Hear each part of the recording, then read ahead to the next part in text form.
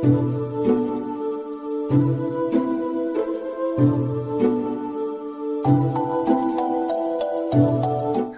to all my queers and dears, and welcome to my third monthly video essay. With Across the Spider-Verse releasing on digital, I thought it would be a great time to discuss a complex issue with how I've seen the character discussed. Spoilers for all Spider-Man films currently released as of time of writing. Before we start, I feel it prudent to highlight that I do not desire to undermine the WGA and SAG-AFTRA strikes that are ongoing as of time of writing by covering the films I will be discussing in this video. I support them in their fight fully, and I desire to see them receive everything that they demand. The AMPTP and the studios have gotten away with abhorrent treatment of their talent for far, far too long, and it's high time for a reckoning. While this script was in the works for the past month and was timed to mostly align with the digital release of Across the Spider-Verse, so it wouldn't have worked to scrap it, going forward until the strike is over, I'm going to try and focus on essays outside the gray zone of what the union is asking for from the public. That is, I'm going to try and do some work on essays that tackle stuff outside of film and television. Equally, I must highlight the reports that Across the Spider-Verse animators have spoken out on the culture behind the creation of the film, and I wholeheartedly condemn it. No art, no matter how incredible, excuses this kind of abusive culture. The talent behind the masterpiece that is this film should be treated with dignity and respect, and they were not. That is not acceptable. Making this video should not be interpreted as support for the unfair and exploitative system the studios who made these films uphold. Finally, in this essay, I will often be using the title Spider-Man as it is utilized in Across the Spider-Verse, that is, in a non-gendered fashion. As such, anything I say applies to Spider-Man as a whole, rather than a specific version of the character, should also be extrapolated to apply to all of the Spider-Women, Spider-Enbies, and Spider-Gender non-conforming people, as well as any other Spider-Person that doesn't fit into those labels. With that out of the way, let's dig in.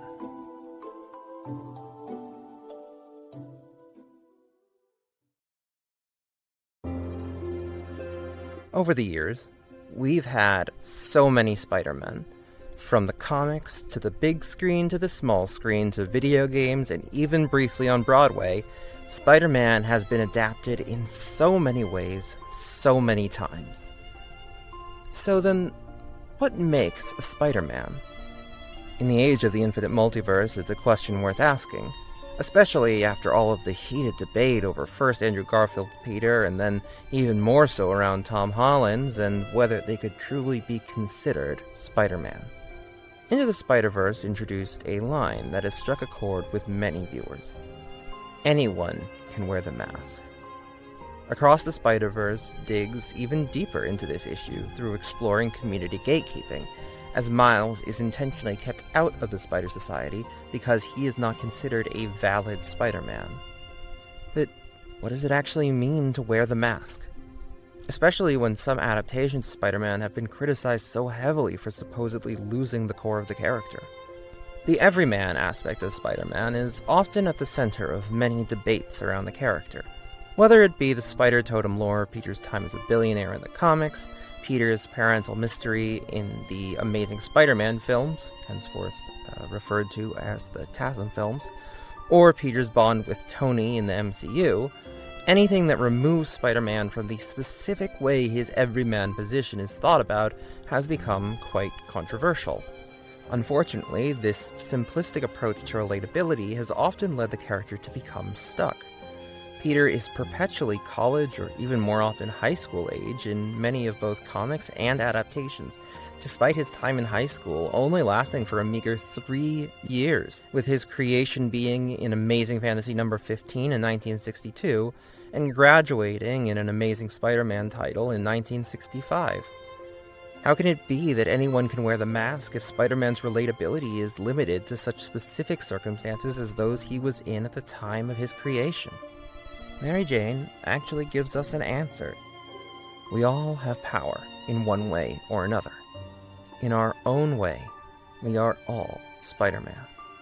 Essentially, we all have power. Therefore, we all must adhere to the responsibility that comes with it. Except, that doesn't appear to have taken root in the audience properly. As noted, a big part of Spider-Man's appeal has always been his relatability. That's true. And we can argue whether Peter's parents being great scientists, or him having a strong relationship with Tony Stark, or him being a spider totem, or anything like that takes away from that everyman quality, but I believe that debate can often overshadow what it really means to be Spider-Man. After all, wearing the mask isn't literal. Wearing the mask isn't about being able to swing around New York and punch bad guys.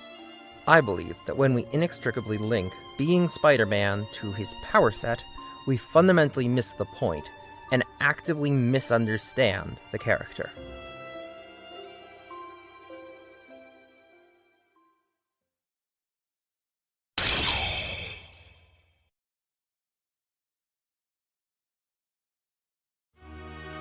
In 1962, Amazing Fantasy number 15 arrived on shelves, and the world was introduced to a brilliant young man by the name of Peter Parker.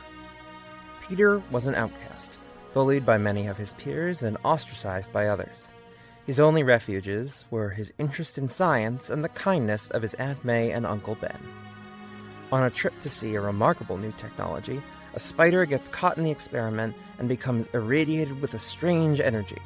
And in its final moments, it bites the nearest living thing closest to it. This just so happens to be Peter. Miraculously, this somehow grants Peter incredible abilities.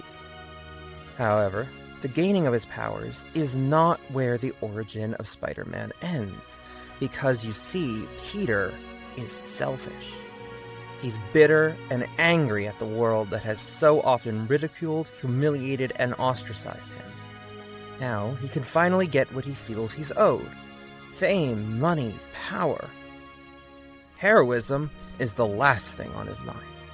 Peter is wearing his iconic suit at this point. He's got his powers, his webs, his quips, everything that we associate with Spider-Man.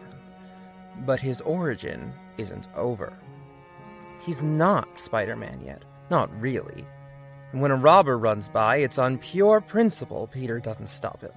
He's just finally got the power to get what he wants, and feels no obligation to care about anyone but himself and his aunt and uncle.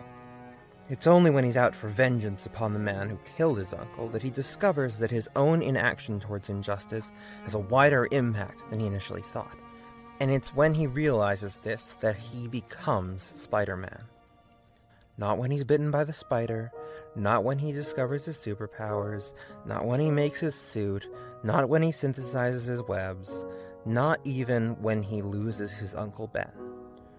The origin of Spider-Man is only complete when Peter learns that he must be willing to help others with his power. Spider-Man is good, but he's not perfect. He can't be. He doesn't always do the right thing, and those moments when he fails to do so are what make him who he is, and they are what make him like us. When the expectation is for Peter to do the right thing all of the time, and to never be selfish or wish to shirk his responsibility, it sacrifices his Jewish roots. I believe that this idea that self-sacrifice and enduring pain and loss being the most noble and important heroic traits, which also leads to the awful redemption through death trope that we should tackle a different time, is actually rooted in Christian thinking. Whereas asking questions, pushing against the traditional expectations, and challenging the world around you are extremely large parts of Jewish culture. The Raimi trilogy even somewhat implies this line of thinking with some Christian-influenced imagery, especially in Spider-Man 2. And I believe the Raimi films, especially the first two, very much popularized the more Christian-influenced Spider-Man that No Way Home's ending unfortunately reinforced and was then celebrated for. It's funny that the trans lens is so powerful for Across the Spider-Verse, and I don't plan to challenge that in the slightest, but when I watched it as a cis Jewish man, what I saw was actually a reclamation of the Jewish themes that were so embedded into the character of Spider-Man from the start. The Spider Society was full of Spider-Men who had lost track of what that means, in exactly the same way as what this essay has been about. They stopped trying to save every single life. They stopped getting back up. Miguel kind of represented how Spider-Man has been stripped of his Jewishness in the public eye and become an endlessly suffering and lonely and miserable hero, whereas Miles reclaimed that Jewish culture of questioning and challenging. And no matter what Miguel may believe, Miles is more of a Spider-Man than 99% of his recruits because he refuses to accept that a life cannot be saved. It is the failure to maintain that philosophy that gives the return to it at the end of the film meaning. I'd like to dig into the most important moments of, to keep this essay a manageable size, the live-action theatrical adaptations that I believe showcase when each Spider-Man embodies most what makes them worthy of that mantle. The two adaptations that get the most accused of not being Spider-Man are The Amazing Spider-Man 1 and 2, and the MCU version of the character, while the Raimi trilogy is often considered the definitive take on the character. I disagree, and while going in depth on my Spider-Man hot takes has to be saved for some upcoming videos, I felt it prudent to mention that these are not necessarily all the moments widely recognized as the best of Spider-Man. I'm never intentionally contrarian, but I do tend to go against the grain in much of my analyses. Perhaps, like Spider-Man, it's the Jew in me.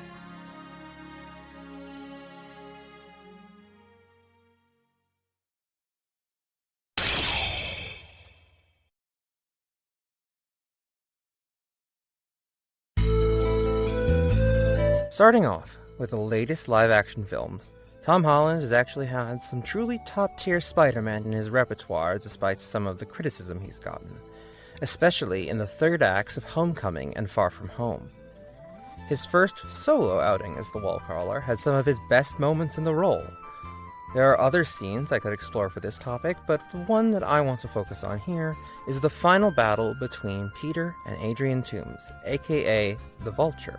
Thanks to Spider-Man's exceptional rogues gallery, the MCU's Spider films were able to avoid the MCU's trend of two similarly powered characters beating each other up, and Homecoming began that trend in its climax. Both Homecoming and Far From Home make a point to highlight that ultimately Peter must disconnect himself from the heroes he worships and learn to trust himself and his own conscience. In Far From Home, Peter's sense of responsibility was warped by his own insecurities, causing him to believe the most responsible action was to give Tony's tech to someone he believed could do the job better than he ever could. In Homecoming, though, Peter has been stripped of his Stark tech, and he didn't have anyone to pass the responsibility on to, so wearing his only suit left, he is forced to rely only on himself. Following Vulture on his heist to steal from the plane carrying Avengers tech to the new headquarters, Peter finds himself high above the ground with no safety net, both literally and metaphorically. As Vulture works to get rid of him, he damages the plane, and it starts falling apart. Peter's priority quickly moves towards protecting innocents, prioritizing changing the direction of the plane to an unpopulated area over stopping Toomes. This is because to any true Spider-Man, minimizing collateral damage, and specifically minimizing loss of life, is always of the highest priority. This philosophy continues after the plane comes down. Surrounded by flames, Peter, completely exhausted, attempts to recover, only for Toomes to take advantage of his vulnerability and start brutally beating him. Toomes' greed takes over briefly, however, and he leaves Peter behind to try and recover one of the boxes of Avengers tech he was trying to steal. His greed consuming him, he remains oblivious to his wingsuit's malfunction. Peter, however, is not, and he immediately works to save his enemy's life. Toomes refuses to listen and gets caught in his suit's explosion, miraculously surviving, but becoming surrounded by flames that would inevitably kill him anyway. Not even knowing if Vulture is still alive, Peter runs into the fire without hesitation. He finds Toomes' unconscious body and brings him to safety, to the villain's shock. Vulture's life matters to Spider-Man, even if Spider-Man's life doesn't matter to Vulture, even if Vulture has tried to kill him several times. To any true Spider-Man, all life is sacred, innocent or not. If you can save someone, if you can help someone, it's what you do.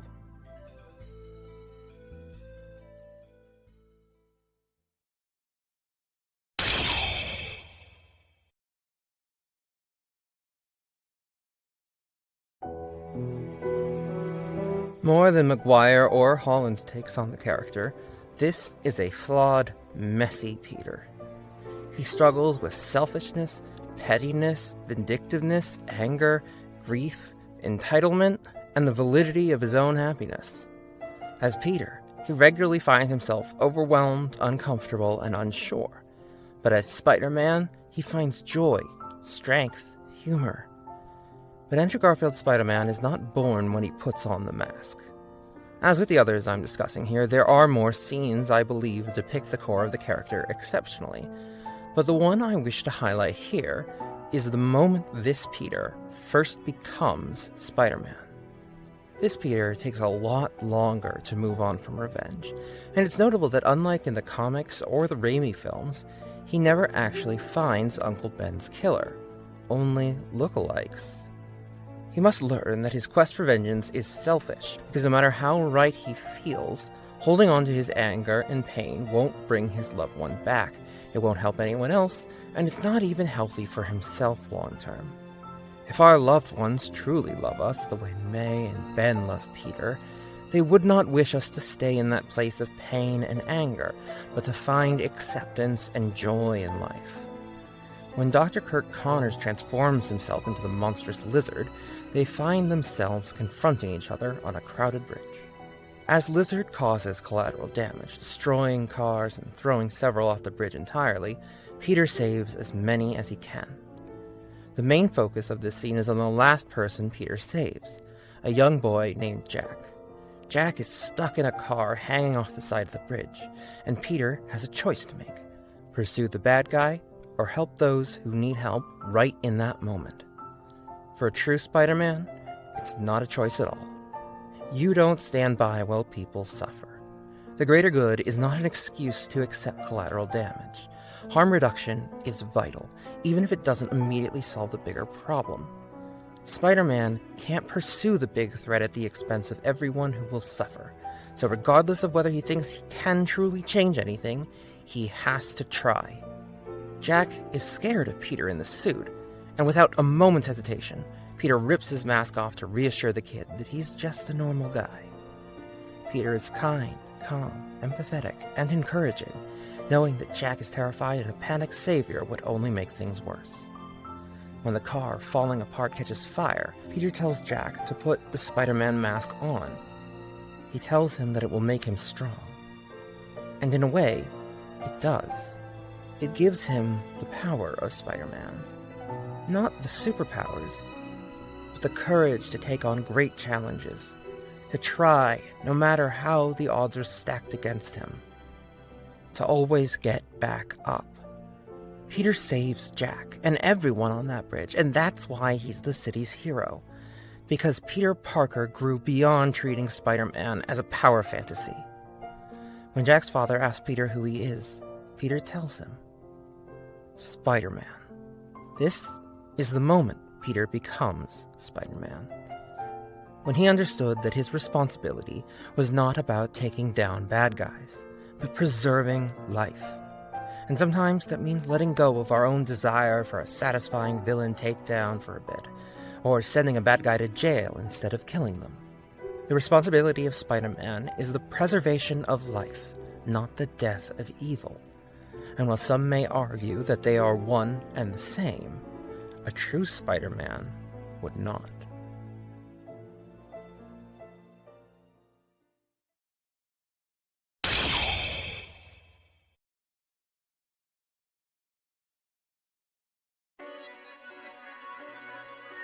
The scene that, to me, represents Spider-Man's core the most in the Raimi trilogy is a sadly underrated scene from Spider-Man 2, the burning building scene.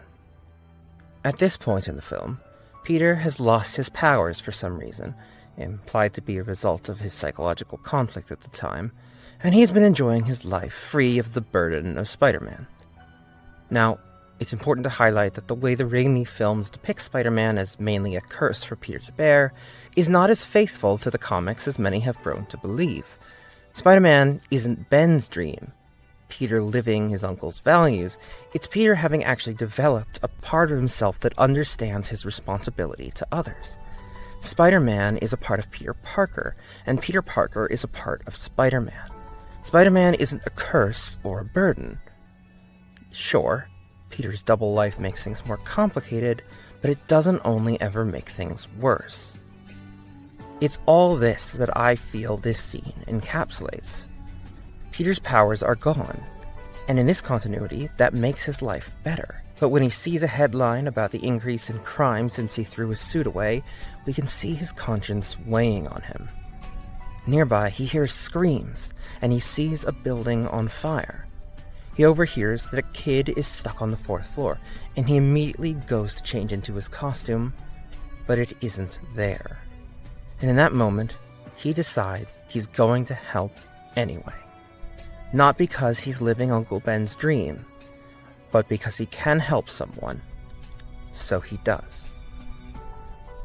Because as long as he's adhering to Spider-Man's philosophy, Peter Parker will always be Spider-Man. Whether he has superpowers, whether he's a multiversal spider totem, whether his parents were brilliant scientists, whether he's friends with a billionaire, or is just a simple, normal, average person, whether he's a teenager, a middle-aged father, or anywhere in between or beyond.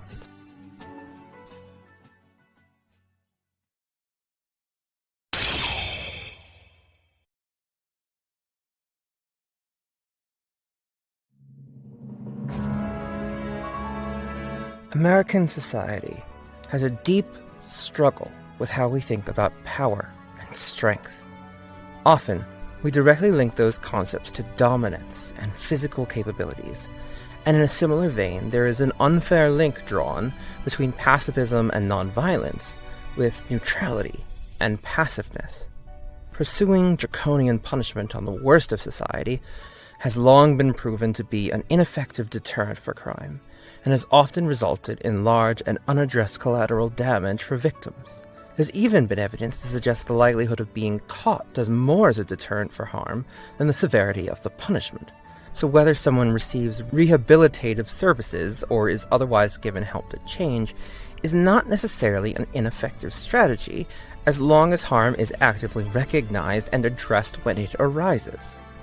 The power to punish is appealing, but not as useful as many may desire it to be. Even so, to many, retribution is quite compelling.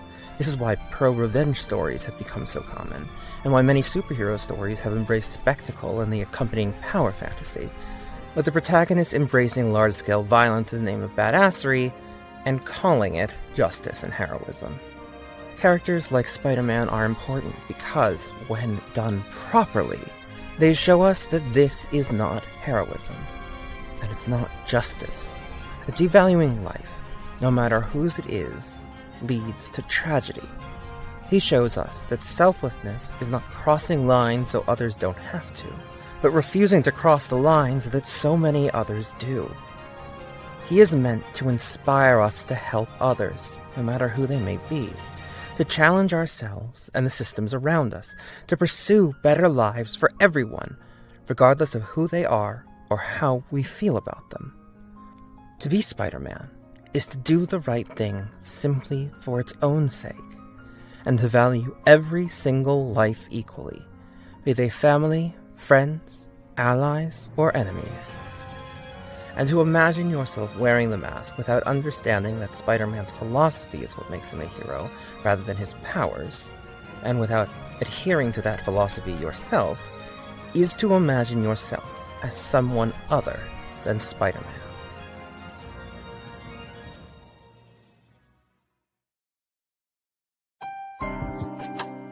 Thank you so much to everyone who has made it this far.